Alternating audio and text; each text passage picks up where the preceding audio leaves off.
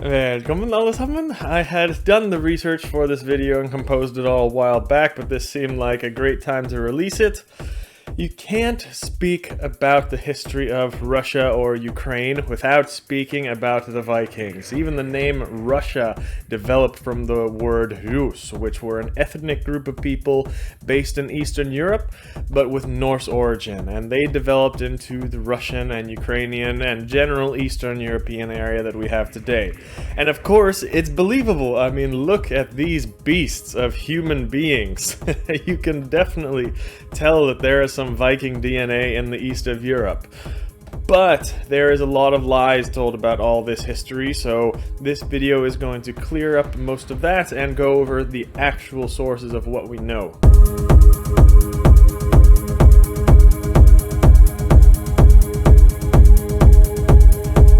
First, let's talk about the name Rus.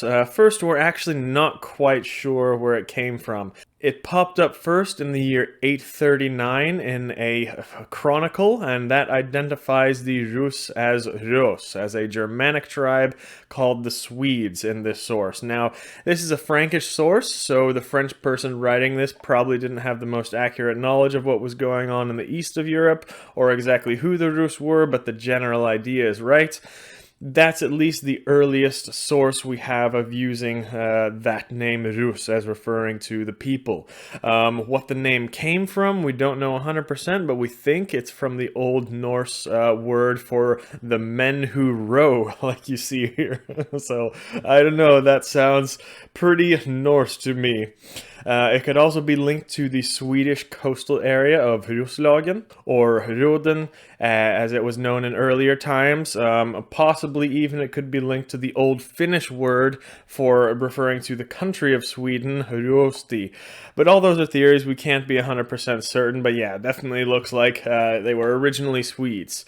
The Scandinavians in the east of Europe were also called Varangians or Vaidiags in the Old Slavic language, and that's where the word Varangian Rus came from. But later on, that seemed to be just a name referring to a mercenary class that was used mostly in the Mediterranean. I'll do another video on them, though, separately. That's just a note there. Anyway, by the late Middle Ages, pretty much all people in this particular area of Eastern Europe referred to themselves as some form of the word Rus, like all of these things that you see here. But right here, where I'm speaking about our first sources in the mid-800s, it was only the elite warrior class that called themselves Rus, almost like kind of a code name or a nickname. Like, everybody in Eastern Europe knew about the Rus at this time, but they didn't really know who they were or where they came from at the start. They were kind of like a mysterious group of immigrants that people didn't know much about at the time, and they spread and developed later on, of course, but in the early Viking Age, you can maybe think of the Rus as a powerful gang, and a couple sources actually tell about how kings and rulers were in meetings, and the Rus were there at a feast or a diplomatic meeting or something like that, and the leaders were like, "Oh, who are these guys? Who are these Rus warriors? Let's curious," and then they go talk to them, and only then would the Rus actually admit that, yeah, we're Swedish, we come from Sweden. And by the way, the sources will be listed up here and also in the description below if you want to read more, as always.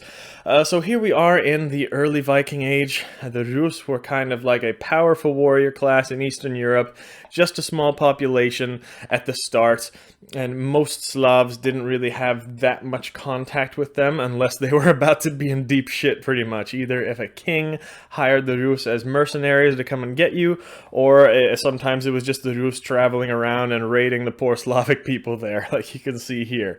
But as we get on to the late Viking Age and Middle Ages, the population spread, and pretty much everyone in all these areas referred to themselves as Rus people. So the big, strong, handsome Swedes come in, they work as mercenaries at the start, and they just raid and are kind of a nuisance at the start, but they get wealthy, they assimilate, they find themselves some sexy Slavic girls, and they bang and they multiply, and that turns into the Rus. So the Rus early on was probably all Swedish, but the late Rus was probably a mix of a few different Eastern and Northern European peoples. But, as you know, I'm Norwegian, So, I always have to talk some shit about the Swedes. The Swedes were badasses and they came in and did very well. But the Norwegians, as you know, were the most badass of the Viking Age. I've done other videos on this, links will be below. It's been proven.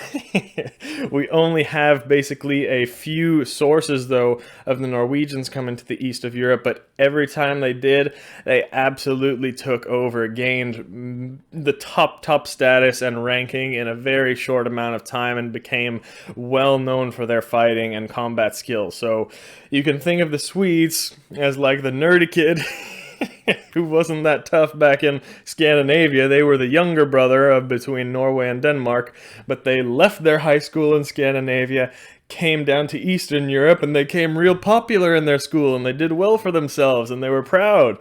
But then later on, the cool Norwegian kid from back home shows up in their town, and the Swedes get pissed off, like, oh, damn it! We've worked so hard, and now the Slavs here love us, and they think we're great warriors, but now these damn Norwegians are coming here, and they're gonna ruin everything.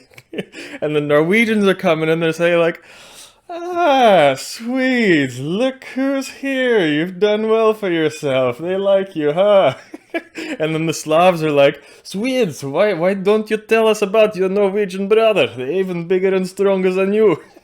So, I will come back to those sources, though, because we do have sources for that. I'm not just bullying. But on to the next part. First, to get the full story, we need to go back a little further in time. The first misconception is that the Vikings were the first Scandinavians to migrate to this area in Eastern Europe, when in reality, about 400 or 500 years before the Viking Age, there was probably a much bigger migration from Scandinavia into the east of Europe. And these people were mainly called the Goths. Not these Goths, these Goths. They were a Germanic tribe and people that migrated absolutely everywhere over the span of 1,000 years pretty much, but the first part of that long expansion was into Eastern Europe, down the rivers here, the same way the Vikings were going to be coming 500 years later. So this period here, starting in the 200-300s, is known as the migration period, the famous migration period. Now, we don't know from any sources that were existing at that time exactly where the Goths were originally from, but they were said to come from southern Scandinavia. Exactly where is not clear. They were probably Swedes that moved slowly down into the Poland area and then down into Eastern Europe. It was a small tribe to start, but they spread like wildfire. So yeah, they developed, and over the next hundreds of years, this area in the migration period would have been a big mix, really, of different peoples. Early on, it was the Slavs, but then the Germanic peoples came down, and they interbred. Eventually, the Huns came into. So Eastern Europe would have probably been a decent mix at that time, but of course, it was an early Slavic language and culture. So that's just the first misconception, that there was already a big migration and a lot of Scandinavian DNA in Eastern Europe long before the Viking Age. Now back to the story where we left off. Fast forward, we left off in the mid-800s when the sources start to say the Rus people were just pretty much raiding and taking slaves in Eastern Europe, and they stayed to themselves pretty much. But we actually have archaeological evidence that the Norse had already been settling in Eastern Europe since the mid-700s in a place called Aldeia. But they probably had many settlements, or at least trading posts, all along the rivers down there, so that's just a note, but the sources don't say much about that, of course.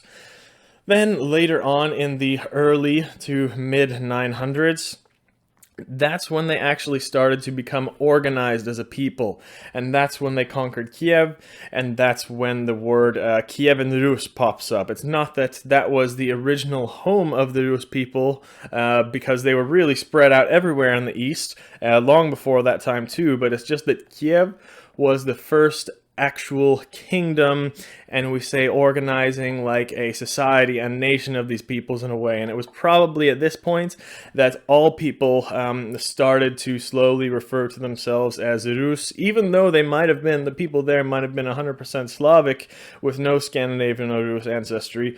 They would still eventually refer to themselves as Rus. And as you can see here, a few hundred years later, this area grew to be just massive, taking up most of Eastern Europe, where they had official control. So yeah, Kiev was not their original home in the east, but it was their first organized foothold to grow and kind of, you know, develop into a civilization, stop with all the raiding and the Viking barbarian lifestyle. And this actually was about the same time that the Vikings in Scandinavia were doing the same thing.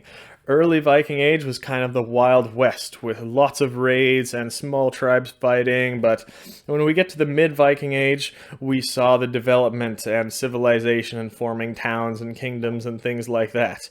And exact same time, it was happening in the east of Europe, and by the way, it was the famous Prince Oleg who was the leader of the Rus at this time, right around the year 900. Then we can take it to a few decades after that. We start to see some great heroes popping up and leaders of the Kievan Rus. Sviatoslav, who did the first major expansion of the Kievan Rus territory, he fought a war of conquest against the Khazars. So the Rus at this time were not exactly sure how much, Scandinavian DNA versus Slavic they were, or their culture, but they did speak Old Norse still. Even the elite of the Rus, they didn't even speak Old Slavic at the time. They were still speaking Old Norse there. A lot of these rulers, honestly, were really shitty immigrants. Some of them had been in the country for 150 years, and they were still speaking Old Norse and didn't learn any of the native Slavic language at the time. So I think it's funny back home in Norway, there's a lot of Norwegians that get pissed off when Polish people come to the country and work and they don't learn Norwegian very well. Well, guess what? We used to be way worse if we go back more than 1,000 years. Anyway, another thing that scholars have noticed is that the Rus people in Eastern Europe kept their Norse names too, not just their language, but their names until about 960, 970. In the primary chronicle, there was only one high-ranking commander that had a Slavic name. His name was Pretich, while all the other commanders at that time still had their Norse names. We also have records of a treaty that was written. 76 names of Rus leaders are mentioned in that treaty, and only 3 of them had Slavic names. Prince Sviatoslav was one of those. So this prince was really the main leader that kind of pushed to make the damn Vikings a bit better integrated. And at that time, the Norse actually started to become a bit more Slavic, and the reason for this was kind of pressure from the Slavic nobles pushing for the integration of the Rus Vikings and Scandinavians moving there. And more importantly, in my opinion, the Old Norse probably started at that time to marry a lot more Slavic women. I always say, if you show me the culture of the mother, I'll show you the culture of the children. In the early days, Rus Vikings probably migrated there themselves and took their women with them from Scandinavia even. But in the late 900s, they probably said, the hell with all these feminist, independent, girl power Viking women, I'm gonna find myself a beautiful Slavic woman who's actually feminine. Oh, look, same thing happening today, with Scandinavian men finding wives from the East and Scandinavian women getting pissed off and can't understand why. So, some people are not going to like that one very much, and they're going to get mad at me, but I'm just saying, this happened in the Viking Age too. The Swedes found beautiful foreign women all over Europe. We see this, and guys, it doesn't matter how devout the father is to his beliefs or how bad he wants his kids to follow in his footsteps and his native ways. It's the mother, especially back then, is the one raising the kids, so she would have given the kids Slavic names and raised them with Slavic tradition. We see this everywhere in Europe too, where the Vikings migrated pretty much, except for places like Iceland, where they brought their women mostly, but everywhere else the Vikings migrated, they kind of took wives from that native country, so their culture disappeared a lot quicker. And this is actually, in my opinion, a far more accurate way to tell about the history and DNA of a culture. You're not going to read this in a history book, but that's the reality. So that's why it's so important for all the ladies out there to preserve your native culture and traditions now more than ever, because if we don't raise our kids with good traditions and values and history, the overlords in Hollywood will do it, which is not turning out very well, as you know. So there you go. I can make these history videos for you guys because these get a lot of views and people seem to be interested in that, but you're gonna have to listen to some of my bullshit. That's the trade-off. History is not meant for our entertainment. It's meant to teach us things and help us from making the same mistakes. And this brings us to a few decades later. To further integrate the Norse, we have Vladimir the Great. He introduced Christianity with his own baptism, and then he also had 13 children and only gave one of them a Norse name. And also, of course, at that time, he forced all the inhabitants of Kiev and beyond to become Christian too, or at least officially Christian. Now, this is the second misconception about the Rus. That's the belief that they were kind of Christian in the east of Europe. But before Vladimir, they were still pagan. There were Slavic and Norse pagans living free alongside one another, no problems. Even the king and elites before Vladimir were still pagan. Vladimir was pagan too, and he probably was just baptized for political reasons and support, and he officially brought Christianity into the Kievan Rus. But, as you know, if you've watched my channel before, a people do not become Christian until long after the official date that the history books have written down. The king was not a willing Christian until right around the year 1000, and the actual people of an area do not fully Christianize for another couple hundred years. Even as late as the 1400s, actually, we still find some Norse names, rune inscriptions, and other signs of Norse beliefs and culture. So it definitely survived for a long time, but yeah, in the late 900s, Eastern Europe, there would have been a mix of some Christians, some Slavic pagans still, and some Norse pagans, possibly even a beautiful mix of the Slavic and Norse native religion. And guys, don't think about them as separate religions. We are all brothers in the Indo-European religious family. The religions have some regional differences, of course, but it's the same religion at the end of the day. If we go back far enough, it's the Indo-European religion. An example of what would have happened is, let's say a Viking named Olav comes to the east of Europe and his neighbor, a native Slavic Oleg, invites him to a festival. And Oleg says, "Hey, come to the festival, we make sacrifice to Perun."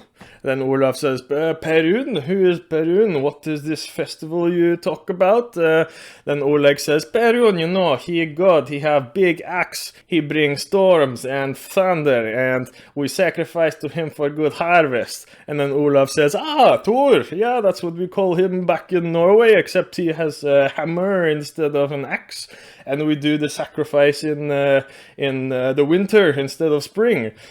This is what paganism is about, guys. We are not different religions, and we don't have different gods. We just evolve different and have different traditions and interpretations of those gods, but it's the same European religion if we go back far enough.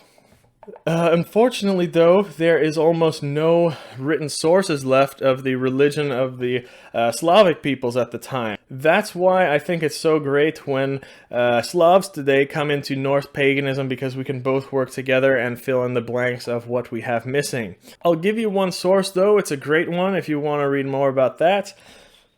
Probably the most detailed source we have of the pagan religion in the east of Europe is written by Ibn Fadlan, a very famous book by a Muslim traveler in the 900s, and that's actually what the movie The 13th Warrior is based on, if you've seen that. And it's really a great book, link below if you want. I'm not going to go over all the rituals and aspects of the spirituality here, but I will say some of the descriptions of the Rus Vikings and their rituals were quite crazy and brutal sometimes, and they're definitely not quite the same as the things we read about in Scandinavia at the time. So yeah, the Kievan Rus would have been following Norse paganism, and they would have had the same gods, and definitely some regional differences, and I think maybe even a hybrid of Slavic and Norse paganism in there that was being practiced in the east of Europe. So that's all very interesting, and I think it deserves some more research. But then, like I said, Vladimir the Great comes in and fucks it all up and brings in Christianity. Come on. Hey, if you're Christian, that's fine. I like Christians. I like people of all beliefs. just don't force your beliefs on others. People should be allowed to believe the things that they want to, and this is not what was going on in Europe in the Middle Ages. But at the same time too, the Norse back in Scandinavia were slowly starting to become Christian at the exact same time. This brings us to the real period that we actually have the most well-preserved, reliable stories of actual relations between the Vikings in Scandinavia and the Rus in the east of Europe. Prince Vladimir the Great, he loses Kiev to his brother Yaropolk, and then Vladimir goes back to Sweden and gets the help of King Erik and his forces to take back Kiev. It was even said that our beloved Håkon the Jarl sent some of his army to the east of Europe to help Vladimir to take back Kiev. And Håkon the Jarl and his Norwegian forces were the most powerful and feared in the world at this time. So of course Vladimir gets Kiev back. Just goes to show you, Vladimir had been in the east for a few generations here, but he still had great friends and family that were loyal enough to go to war with him. But this is far from the last example of this happening. Almost every ruler in Scandinavia over the next 100 years had close ties to the Kievan Rus and their leaders there. Olav Tryggvason actually grew up with the Kievan Rus, and he was made a commander in the army of Vladimir the Great. And he got so popular among the men and the warriors there that Vladimir viewed him as a threat, and he forced Olav to leave. Olav the Saint also, when he lost control of Norway for a while, he fled to the Kievan Rus to stay with a friend and royalty, and he got help with a force to take Norway back. These Norwegians were all loved so much by the Kievan Rus there, and they made amazing reputations for themselves with their fighting. But probably the best one was Harald Hardrada. He actually grew up most of his youth in Kiev, and he was loved by Yaroslav the Wise, which he was supposed to be related to, and then he even took a princess of Kiev as his wife. This is kind of all towards the end of the Viking Age. The guys that I just spoke about are all badass Norwegians, but we do read some stories about badass Swedes too. The Swedish king Anund Jakob wanted to assist the Yaroslav the Wise. Ingvar the Far, probably the most badass Swede that was in the east of Europe, he actually did assist Yaroslav with I think 3,000 men, and he traveled all the way to Georgia. Yaroslav the Wise also married the daughter of the Swedish king Olav, the Swedish Erik the Victorious, and Olav Skjøtkunnig both had Slavic wives.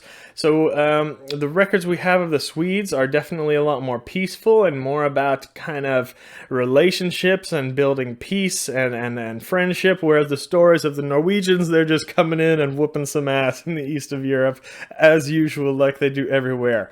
The Swedes were for sure much more active in the early Viking Age with the battles and raids in the east of Europe, but in the late Viking Age, it seems to be most peaceful relations from the sources that we have. But of course, the Swedes did more settling and badass things in the east.